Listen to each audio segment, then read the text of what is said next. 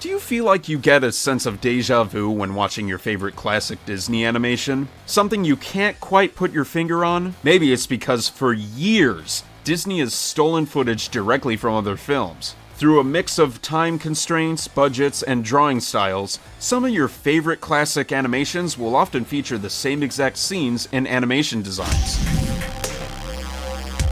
Get animated and click subscribe. You'll join our notification squad and be the first to know of new content. Can you guess which movie is represented by these emoji? Stay tuned at the end to find out. And as punishment, she transformed him into a hideous beast. Beauty and the Beast.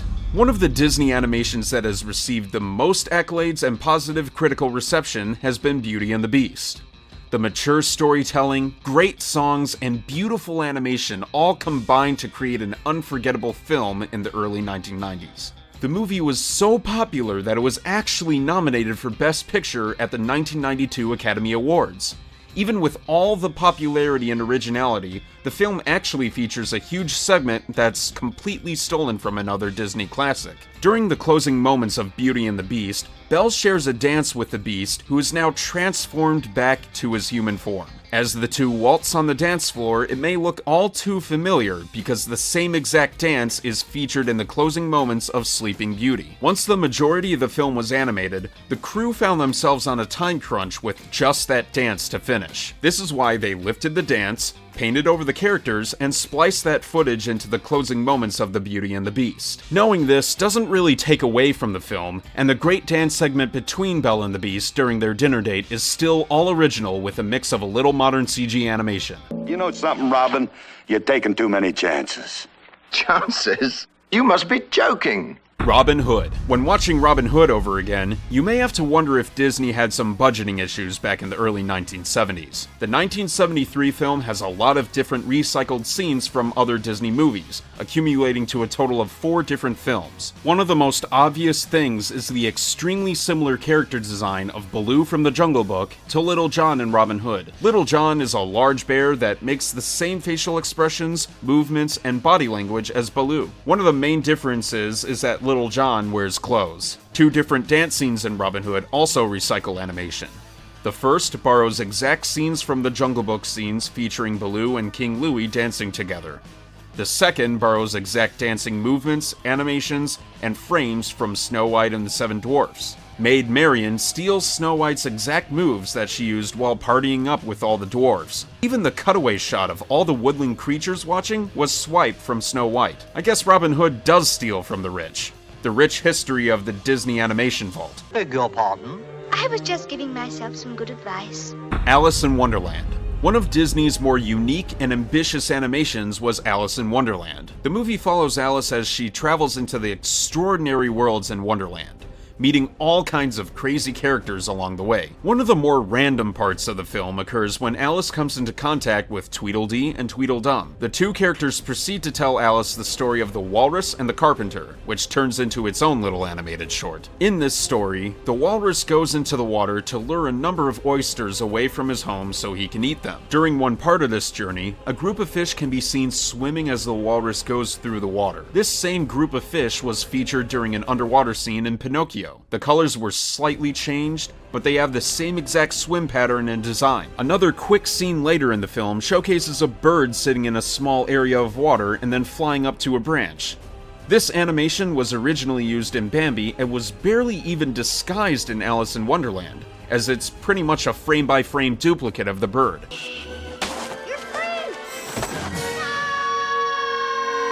The Rescuers Down Under. When Disney creates sequels, it gives the movies a chance to expand on their story, introduce new elements, and provide more home entertainment. This is why many moviegoers may feel a little duped when they watch The Rescuers Down Under and see a lot of similarities from the original Rescuers. Rescuers was released in 1977, and Rescuers Down Under came out 13 years later, but that didn't stop Disney from reusing a lot of the main footage. The original movie itself had already taken animations from other Disney films. There are deer and nature scenes used from Bambi early on. The young girl in The Rescuers actually features a lot of the same scenes as Mowgli from the Jungle Book. This includes a part where she is walking through a small stream. In the sequel, one of the main scenes that was duplicated from the original was Orville's takeoff. Both of the little mice have the same exact reactions as the bird flies up, goes through the same flying patterns, and whisks them around the city. The only thing that set these scenes apart is that in The Rescuers Down Under, the background takes place in a winter setting. Pretty lazy for a sequel. The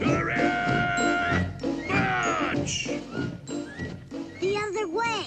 Turn around. The Jungle Book. In 1967, The Jungle Book became an instant Disney classic, featuring great characters, wonderful songs, and a touching plot about a young boy that was raised by wolves. We could try to complement the animation in the film, but it turns out that The Jungle Book is basically like a scrapbook for Disney classics worn with a mask to represent the jungle settings and animals. Who doesn't love the scene where the little wolf pups climb up on a rock to get a curious look at Mowgli? If that felt familiar, it's because those wolves are actually just repainted Dalmatians from the scenes where they are all climbing on a large chair instead of the rock. The scene where Mowgli is embraced by a pair of wolves? The same exact thing happened to Arthur in The Sword and the Stone when he was embraced by a pair of lovable dogs. The stock shot of the deer? A classic Bambi scene inserted into the film. Another huge segment is stolen from the chaotic scene where Mowgli is getting passed around by various animals. A frame-by-frame version of that scene was featured in The Adventures of Ichabod and Mr. Toad. The Jungle Book should have been retitled to The Jungle Xerox Machine. I haven't thought of anything, have you? Winnie the Pooh. It's only natural for a long-time animated series to repeat the same actions in animation. That's exactly the case for Disney's Winnie the Pooh franchise.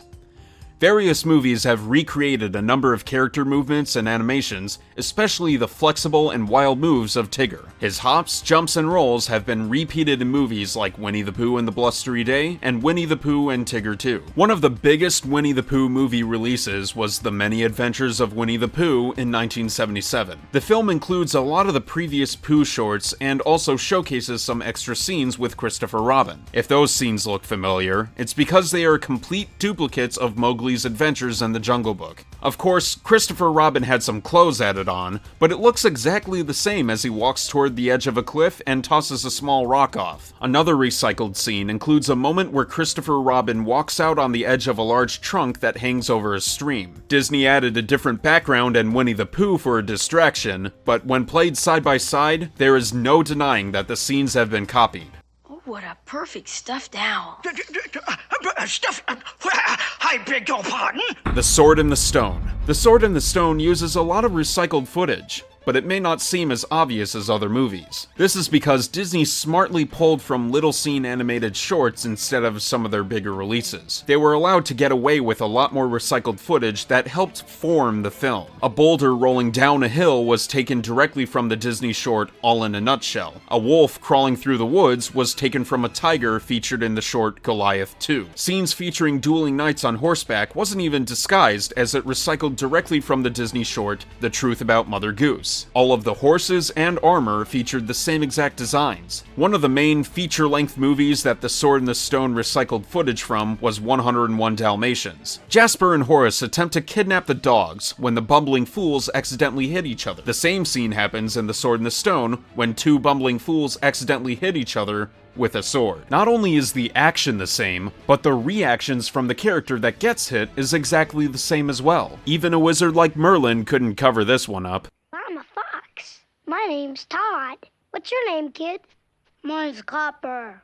I'm Hound Dog. The Fox and the Hound. When The Fox and the Hound was released in 1981, Disney fans had not seen a story so emotional since the release of Bambi back in 1942. It's only fitting that The Fox and the Hound took a number of scenes from that film. Being 40 years apart, the animation is cleaned up a bit, but there's no denying the copied scenes from the similar woodland film. In Bambi, there's a quick scene where a mother duck and her babies waddle down into the water. The same exact scene happens in The Fox and the Hound, except that the direction is reversed. Near some of the climactic scenes in Bambi, the forest animals are getting chased by a pack of vicious hunting dogs. In The Fox and the Hound grows up to become a hunting dog, and when he chases the fox down, it's the same exact scene. Hopefully the Hound wasn't really one of the dogs who was hunting Bambi and his friends in the forest. The film also takes a brief scene from The Sword and the Stone of a squirrel hopping along a branch. Poor little thing.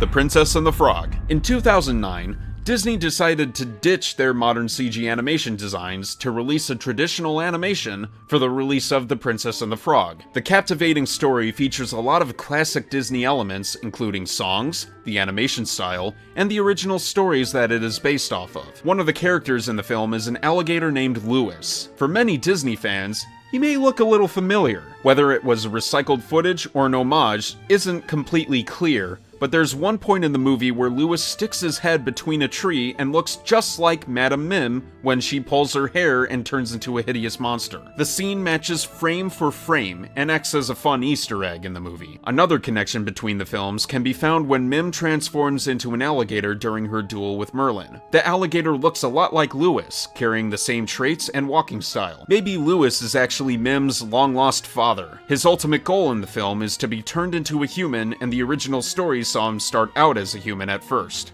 15 plus 2, 101. 101 Dalmatians. There have been a number of movies that have taken scenes from the 101 Dalmatians, but the film is not all completely original. It may be only of Disney's earlier films, but there are multiple animations that it stole scenes from. One of these movies is Cinderella. In Cinderella, the cat named Lucifer is attacked and jumps high into the air while backing into a wall. The same thing happens to the cat in 101 Dalmatians when darts are thrown at him. The recycled scene is covered up by flipping the animation and thinning down the cat. Both 101 Dalmatians and Peter Pan take place in London. To help showcase the city, animators used establishing shots to feature famous buildings and landmarks. One of these is the Big Ben clock, also known as the Elizabeth Tower. Rather than draw two different versions of this landmark, 101 Dalmatians use the same exact shot as Peter Pan. While Peter Pan features more brightness, 101 Dalmatians really kicks up the fog factor to enhance the nighttime visuals of the city. Another quick shot of a woman walking down the street was also taken from the Disney short, How to Have an Accident at Work. Wow, there you have it. What movie is the most obvious offender? Does this change the way you watch the films? Are there any that we missed? Let us know in the comments section below. Don't forget to like this video, share it, and subscribe to Screen Rant on YouTube so you can stay up to date with our awesome videos. The answer to our emoji quiz is